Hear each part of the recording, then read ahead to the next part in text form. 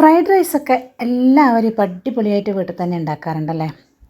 അപ്പം ഞാൻ ഉണ്ടാക്കുന്ന മിക്സഡ് ഫ്രൈഡ് റൈസിൻ്റെ റെസിപ്പിയാണ് കേട്ടോ ഇത്. ജസ്റ്റ് ഉണ്ടാക്കിയപ്പോൾ നിങ്ങളെയും കൂടെ ഒന്ന് കാണിക്കാമെന്ന് കരുതി. അപ്പോൾ എല്ലാവരും ഏകദേശം ഇങ്ങനെ തന്നെയൊക്കെയാണ് ഉണ്ടാക്കാറ്. ഇതിൽ ചേർക്കുന്ന പച്ചക്കറികളിലൊക്കെ ചിലപ്പോൾ മാറ്റം ഉണ്ടാവുമായിരിക്കും.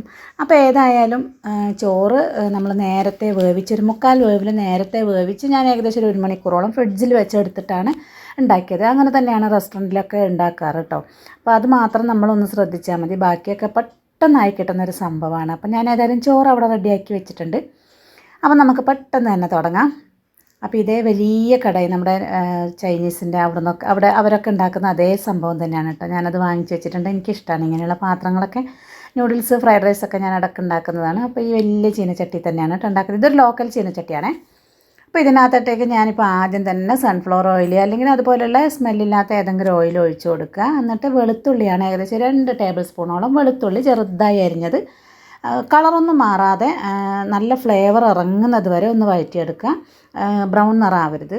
അത് കഴിഞ്ഞ ഉടനെ ഞാനൊരു വലിയ സവാള ചേർത്ത് കൊടുത്തിട്ടുണ്ട്. ഏകദേശം നല്ലൊരു ഓറഞ്ചിൻ്റെ വലിപ്പത്തിലുള്ള അത്രയും വലിയൊരു സവാളയാണ് കേട്ടോ. അപ്പോൾ നമ്മൾ തീ വലിയ മീഡിയത്തിനും ഹൈയിലും ഇടയ്ക്ക് ഇട്ടിട്ട് വേണം നമ്മൾ ഈ ഫ്രൈഡ് റൈസ് ഉണ്ടാക്കാൻ. അതെല്ലാവർക്കും അറിയാം. അപ്പോൾ ഇതേ ഞാനിങ്ങനെ ഓരോരോ പച്ചക്കറികളായിട്ട് പെട്ടെന്ന് ചേർത്ത് കൊടുക്കുന്നുണ്ട്. അപ്പോൾ സവാള ഇട്ട് കൊടുത്ത് 2 മിനിറ്റ് അല്ല 1-2 തവണ ഒന്ന് ഇളക്കി കൊടുത്ത ശേഷം ക്യാപ്സിക്കം 3 കളറുള്ള ക്യാപ്സിക്കം എൻ്റെ അടുത്ത് ഉണ്ടായിരുന്നത് കൊണ്ട് ഞാൻ അത് ചേർത്ത് കൊടുത്തു, നമ്മുടെ അടുത്തുള്ളത് പോലെ. അത് കഴിഞ്ഞ് ക്യാരറ്റ് ചേർത്ത് കൊടുത്തിട്ടുണ്ടായിരുന്നു.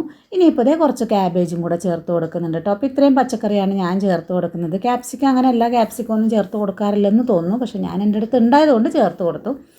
ഇനിയിപ്പോൾ ഇത്രയും പച്ചക്കറിക്കുള്ള ഉപ്പും കൂടെ ഞാൻ ചേർത്ത് കൊടുത്തു കേട്ടോ. എന്നിട്ട് പെട്ടെന്ന് തന്നെ നമ്മളിതൊന്ന് വഴറ്റിയെടുക്കുന്നുണ്ട്. ഇനി അധിക നേരം ഒന്നും വെന്ത് കിട്ടണ്ട, ജസ്റ്റ് ആ ക്രിസ്പിനെസ് പോവാതിരിക്കണം. പിന്നെ ഞാനിതേ മുട്ടയാണ്, ഒരു 5 മുട്ട ഞാൻ ഉപ്പ് ചേർത്തിട്ട് ഉപ്പും കുരുമുളകും മാത്രം ചേർത്തൊന്ന് ചിക്കി എടുത്തിട്ടുണ്ടായിരുന്നു.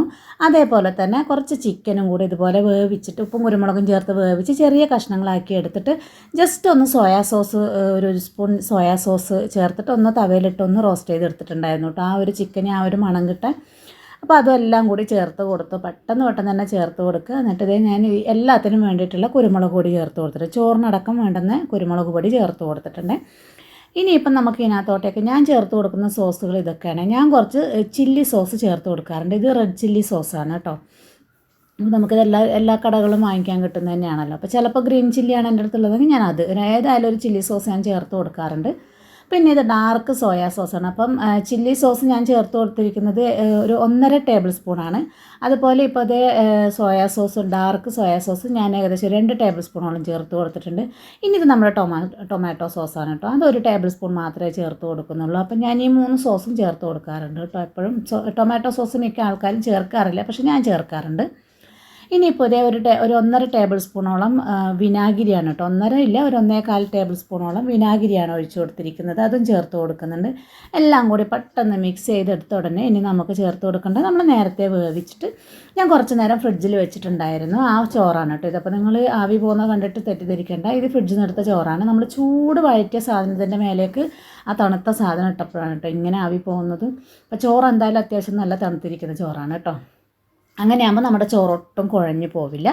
അപ്പോൾ ഇനി ഇതെല്ലാത്തിനും കൂടി വേണ്ടുന്ന പച്ചക്കറിക്കുള്ള ഉപ്പ് ഞാൻ ആദ്യം ഇട്ടിരുന്നു. പിന്നെ ചോറിന് വേണ്ടുന്ന ഉപ്പും കൂടെ ചേർത്ത് ഇനി ഒന്നും ചെയ്യാനില്ല, നന്നായിട്ടൊന്ന് മിക്സ് ചെയ്ത് കൊടുക്കുക. അപ്പം ഉപ്പിൻ്റെ കൂടെ ഞാൻ ഒരു 1/4 ടീസ്പൂണോളം പഞ്ചസാരയും കൂടെ ചേർത്ത് കൊടുത്തിട്ടുണ്ട്. നമ്മുടെ ടേസ്റ്റൊക്കെ ഒന്ന് ബാലൻസ് ചെയ്യാൻ.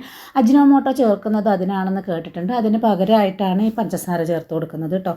അപ്പോൾ എല്ലാം ചേർത്ത് നന്നായി മിക്സ് ചെയ്തെടുത്ത് വന്നിട്ടുണ്ട്. ഇനി നമുക്ക് സെർവ് ചെയ്യാം. അപ്പോൾ ഇതേ ഞാനിങ്ങനെയാണ് സെർവ് ചെയ്യുന്നത്. സ്പ്രിംഗ് ഒണിയൻ ഞാൻ ചേർക്കാറില്ല, കാരണം ഇവിടെ ആർക്കും അത് ഇഷ്ടമല്ല. പിന്നെ വെറുതെ അത് വാങ്ങിച്ചു കൊണ്ടുവന്നിട്ട് ഇതിന് മാത്രമായിട്ട് വാങ്ങിച്ചിട്ട് പിന്നെ ബാക്കി ഞാൻ അപ്പുറത്തുള്ളവർക്കൊക്കെ എടുത്തു കൊടുക്കേണ്ടി വരാറാണ് പതിവ്. പിന്നെ ഞാനത് വാങ്ങിക്കാറില്ല കേട്ടോ. അപ്പം ഏതായാലും ഞാൻ സ്പ്രിംഗ് ഒണിയൻ ഇട്ടിട്ടില്ല. അപ്പോൾ എൻ്റെ വീഡിയോ ഇഷ്ടമായിട്ടുണ്ടെന്നുണ്ടെങ്കിൽ എല്ലാവരും ഒന്ന് സപ്പോർട്ട് ചെയ്യുക. സബ്സ്ക്രൈബ് ചെയ്യാത്തവരുണ്ടെന്നുണ്ടെങ്കിൽ ഒന്ന് സബ്സ്ക്രൈബ് ചെയ്തേക്കണേ. Thanks for watching.